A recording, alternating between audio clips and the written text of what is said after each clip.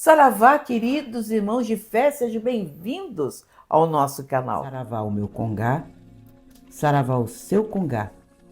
Salve todos os nossos guias, orixás e protetores. Peço licença para trazer o vídeo no dia de Nós hoje. estamos retornando de férias, depois de um curto espaço de férias, onde nós podemos descansar um pouco desses 5 primeiros anos de trabalho ininterrupto no canal. Sim, nós estamos fazendo os nossos 5 primeiros anos do canal. Um canal que nós tivemos a pretensão de que ele fizesse a diferença nesse grande universo do YouTube, onde todos os canais parecem, às vezes, com respeito a todos os nossos irmãos, falando da mesma coisa.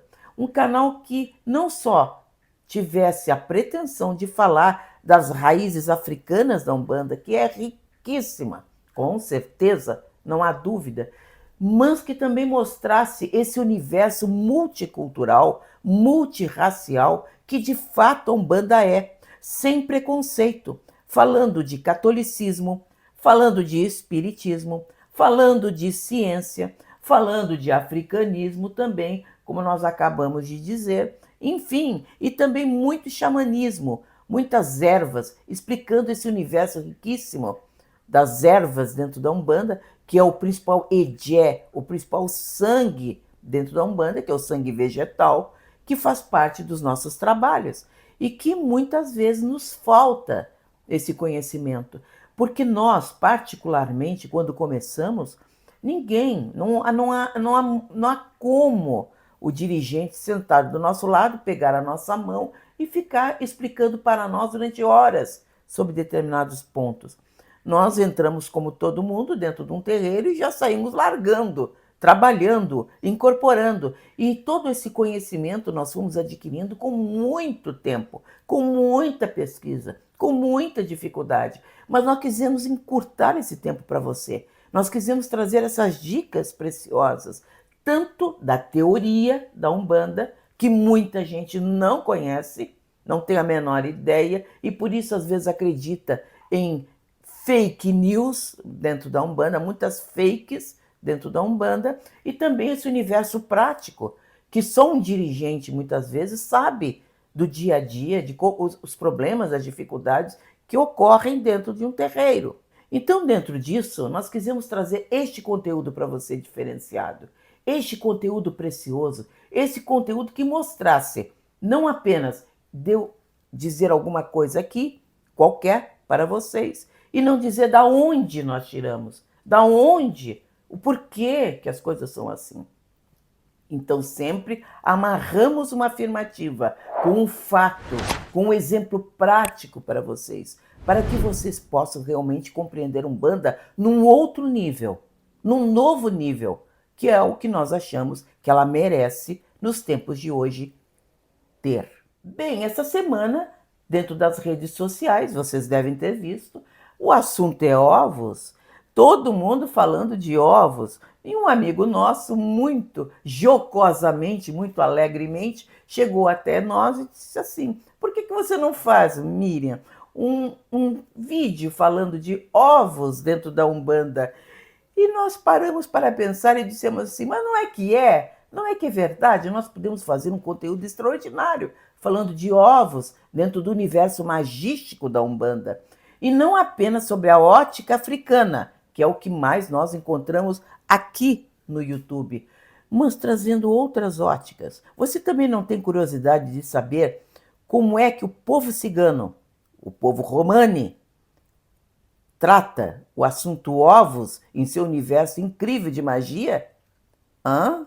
Sim, porque nós não nos poupamos na pesquisa e no estudo. E nós vamos hoje, pela primeira vez no YouTube, como nós falamos, falar tanto da parte africana, dos ovos, quanto da parte cigana, da magia dos ovos. Então fique conosco até o final, porque o assunto vai ser muito bom, acredite. No site conversando sobre umbanda.com, um site muito interessante, ele nos traz um Essé Itã Ifá. que são os contos e versos de Ifá, que são principalmente um modo, a forma como os antigos sacerdotes africanos repassavam o conhecimento através da oralidade. Como não escreviam, eles contavam contos, e nos contos, ali dentro, havia o conteúdo, tanto histórico, magístico, quanto de fundamentos, para o que os iniciados pudessem compreender. E nesse conto extraordinário, ele traz algo incrível sobre o assunto ovos. Fala que Olodumare, quando desejou criar o universo, Olodumare, para quem não sabe, é Deus, o Deus único dentro da cultura iorubá, Nagô. Olodumare, quando quis criar o universo, ele pegou 4 ovos. Vejam bem, os ovos que Olodumare pegou é um elemento puro, um elemento que não foi criado por ninguém, nenhum orixá tocou, foi criado diretamente por Deus. Vejam bem, ele pegou esses 4 ovos e foi em direção a criar o universo. O primeiro ovo, em uma explosão de luz, vejam bem, luz e o primeiro orixá. Ele criou o primeiro orixá, o primogênito, que é o Orixanlá, o Batalá, que é Oxalá. Dentro dessa explosão de luz foi o primeiro, o primogênito, o primeiro ovo que Deus teria quebrado. O segundo ovo. No segundo ovo ele quis uma energia que desse forma às coisas. Não apenas criasse, mas desse uma forma física para tudo que houvesse no universo. Para isso, ele criou Ogum desse segundo ovo.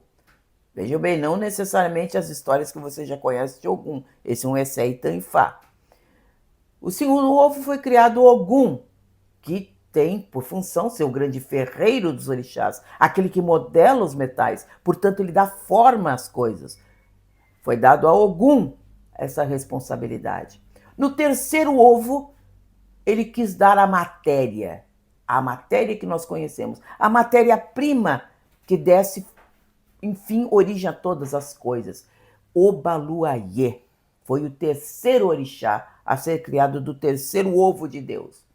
Mas no quarto ovo, esse quarto ovo escorregou das mãos de Deus. O quarto ovo caiu no chão, quebrou, espatifou-se, e desse ovo, a primeira energia feminina do universo. Sim, porque até aqui era só o elemento masculino. Agora a energia feminina, criando a polaridade do universo. Essa polaridade que nós vemos em todas as religiões e culturas. Desde a China, na Índia, nós vemos a mesma polaridade entre Shiva e Parvati. Nós vamos vendo em todas as religiões essa polaridade do universo, masculina e feminina. No quarto ovo, que se espatifou, vieram as mães feiticeiras.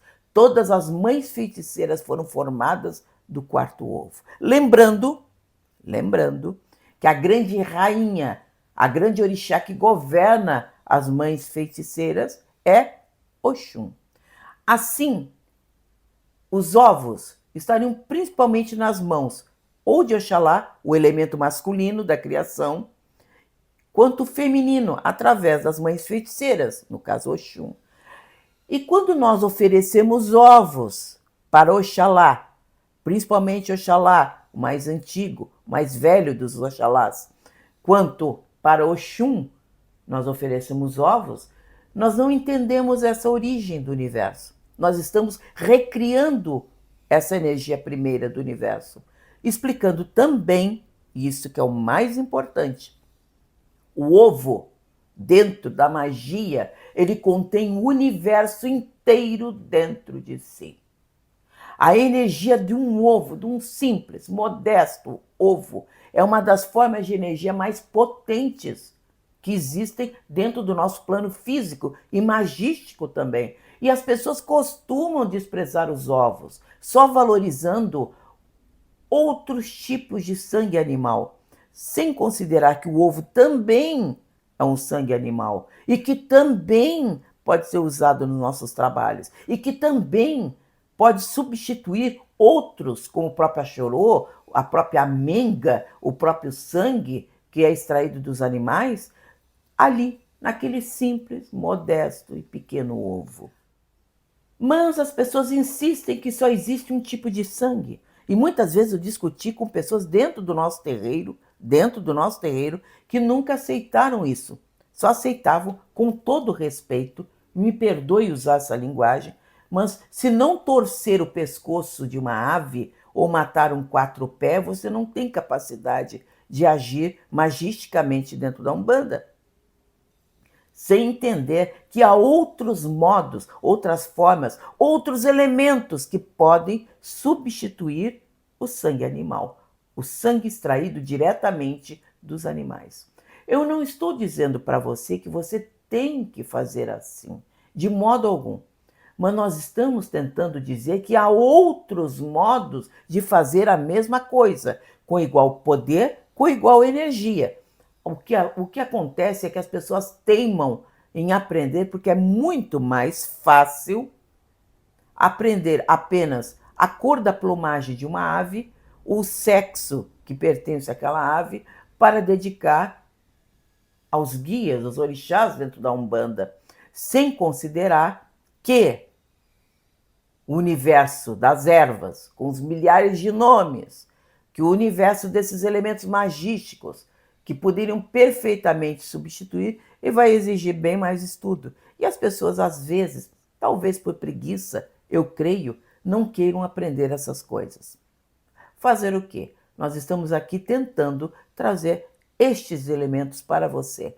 Elementos que são bem conhecidos da magia africana. Nem falo de outras magias, da magia africana, e que as pessoas teimam em não querer saber. Fazer o quê? Não é verdade? Bem, nós vimos que o ovo é o elemento perfeito do universo. Sim, dentro de um ovo, os africanos sabiam que contém tanto o elemento masculino quanto feminino. Os dois elementos já se encontram dentro do ovo. O ovo seria o elemento mais perfeito do universo, matéria-prima de todo o universo. E de fato é. Se você observar bem, um animalzinho, ele choca um ovo sem haver necessidade, por exemplo, de um cordão umbilical. Um ovo que tenha sido fecundado, ele tem o poder ali de criar uma nova vida extremamente complexa. Imagine só uma ave completa saindo de um ovo. Sim, ali sai tudo ali dentro. E todo africano sabe que a gema dentro do ovo é o elemento feminino, é o símbolo de Oxum, enquanto que a clara é o próprio elemento masculino, a própria seiva do homem ali se encontra. E muitas vezes ele é batido dentro dos nossos trabalhos, espumante, e é entregue para Oxalá, muitas vezes. Atualmente, aqui no Rio Grande do Sul, muitas vezes é dado também o merengue para Iemanjá. Mas, na verdade, seria uma ligação dela com Oxalá.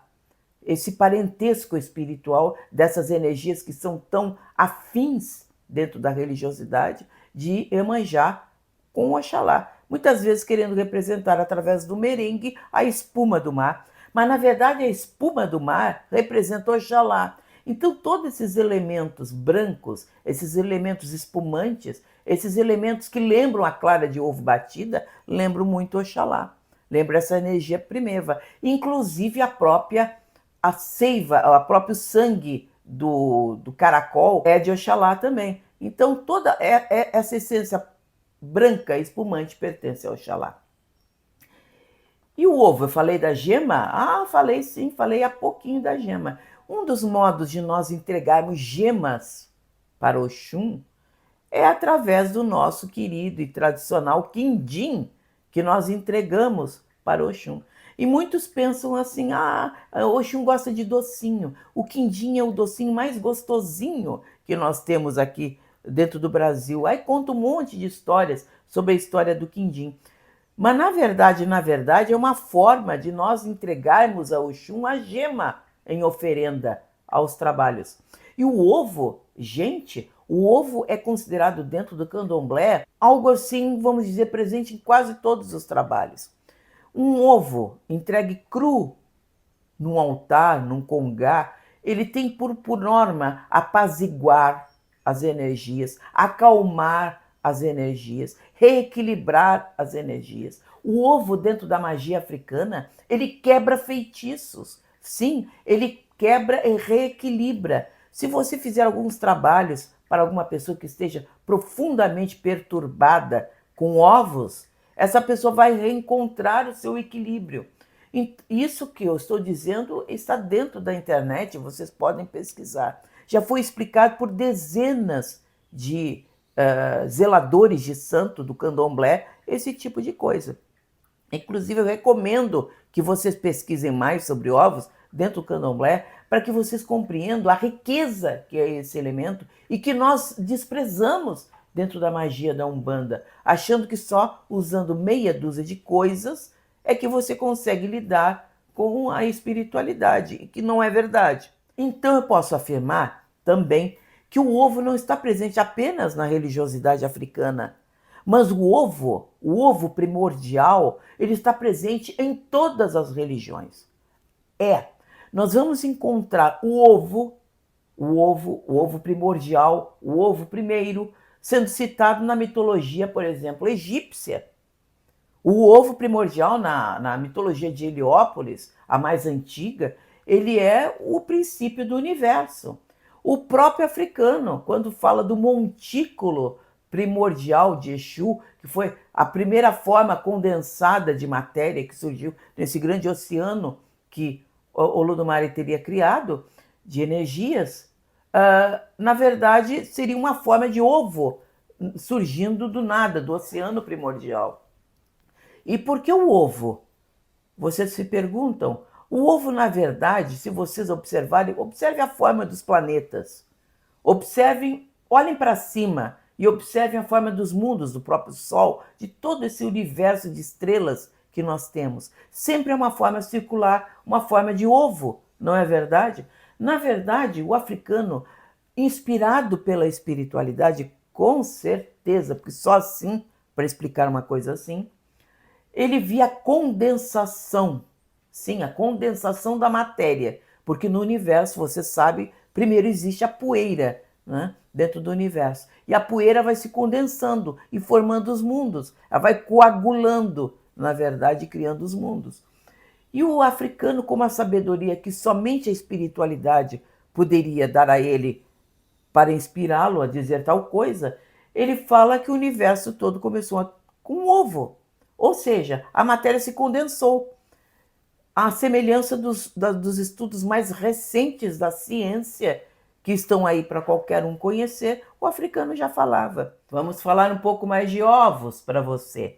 Você sabia, por exemplo, que os romanos, sim, a cultura romana, aí você vai dizer, mas isso não pertence a Umbanda, mas ajuda a clarear o nosso pensamento. Eles costumavam acalmar os espíritos dos mortos com ovos.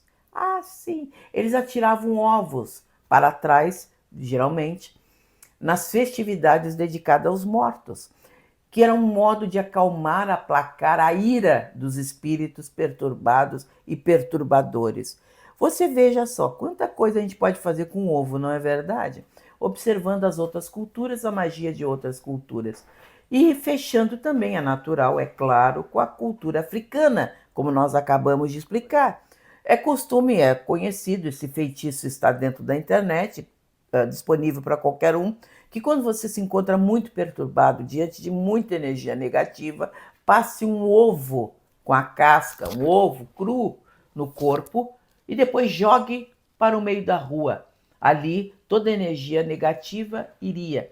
Existe também um outro tipo de enfeitiçamento que não é conhecido por nós, mas que também alguns pretos velhos de outras regiões ensinam, que é colocar aquele tradicional copo d'água, isso sim, aquele tradicional copo d'água atrás da porta, com água, um pedaço de carvão e um ovo cru.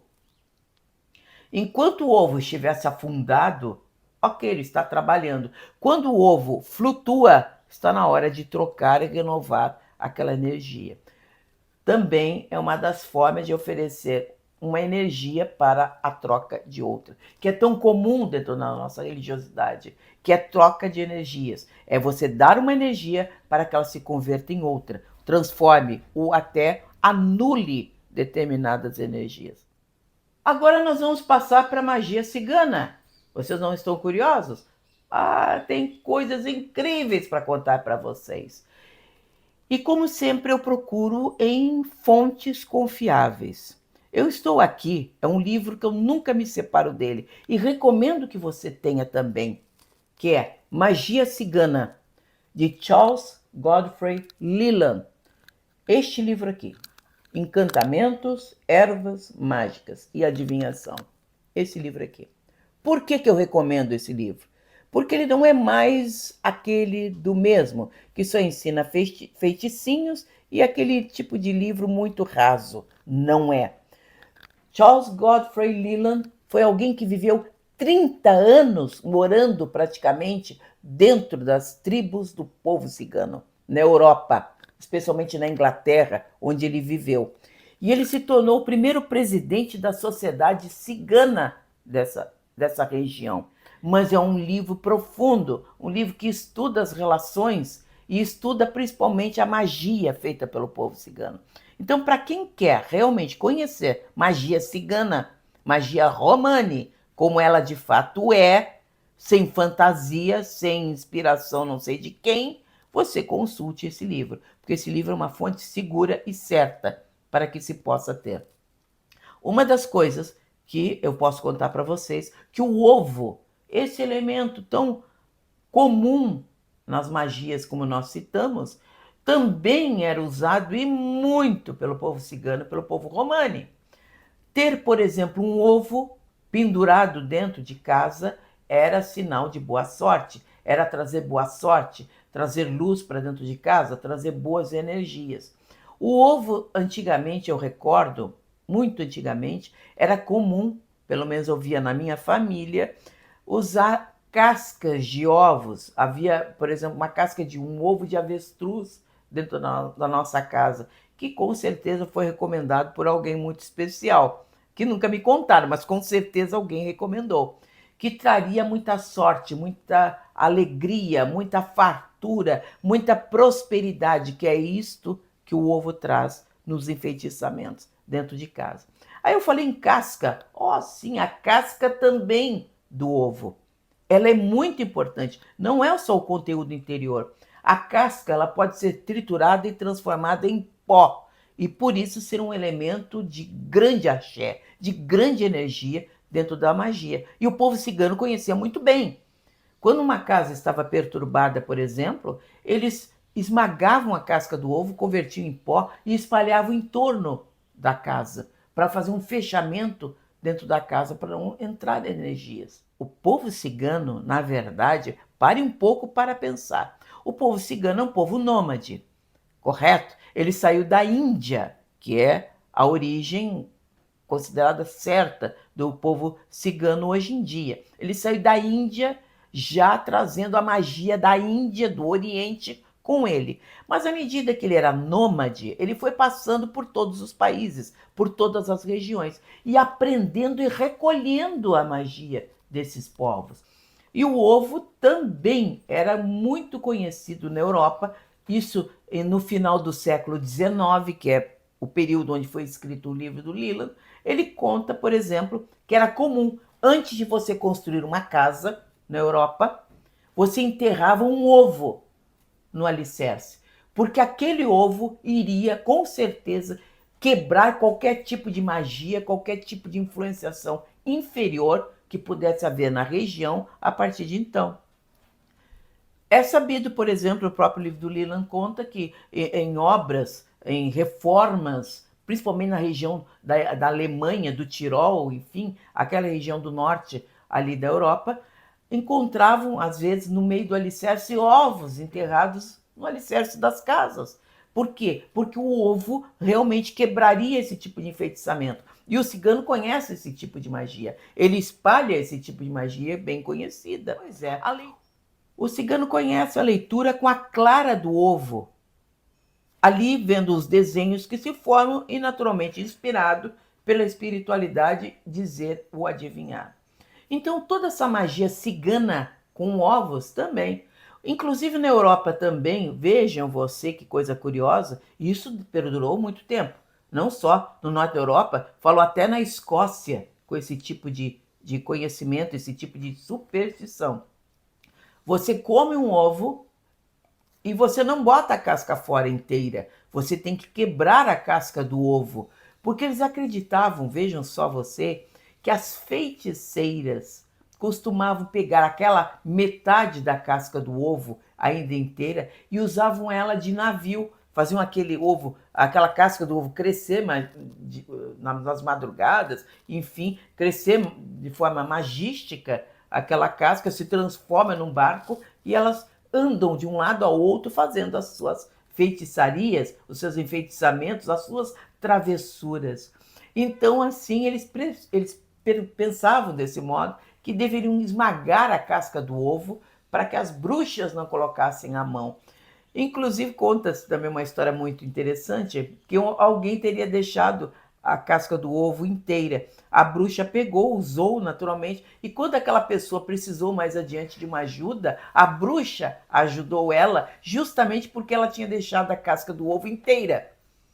E era uma forma de gratidão da bruxa fazer alguma coisa pela pessoa que tinha deixado aquela casca do ovo inteira. Você veja só. Também muitos zeladores de santo do candomblé conhecem perfeitamente o uso do pó da casca do ovo para trabalho, para ser assoprada nas casas, nos lugares, como forma de proteção, como forma de trazer prosperidade e felicidade para as pessoas que ali estiverem. Então vejam só você, como nós podemos conhecer coisas que com certeza você não conhecia. Como nós podemos utilizar outras formas, outros veículos de sangue animal dentro da Umbanda sem ter que sacrificar os animais. Como existem outros modos, outros caminhos que as pessoas muitas vezes desconhecem, desprezam ou dizem, mas um ovo não é africano, o africano gosta. Não, o ovo é africano sim. Olha o conto que nós falamos de Olodumare no início. Ali no conto de Olodumare o universo inteiro estava contido em 4 ovos e ali o elemento feminino e masculino estão presentes. Então vejam a magia, a força que contém um simples ovo dentro do universo magístico da Umbanda e como nós podemos, sim, como o nosso canal se propõe, não apenas estudar a magia africana, que é riquíssima, que talvez seja a mais rica que nós temos atualmente, mas que também, se nós aprendermos a olhar para os lados e ver outras culturas, inclusive a própria cultura cigana, nós podemos ter um universo a explorar para responder positivamente para nós que sim, é possível se fazer coisas incríveis dentro dos elementos que nós temos e muitas vezes desprezamos. Então, nesse momento, como sempre fazemos, o nosso querido Minuto Mandinga, onde nós falamos de ervas, o principal axé de nossa Umbanda.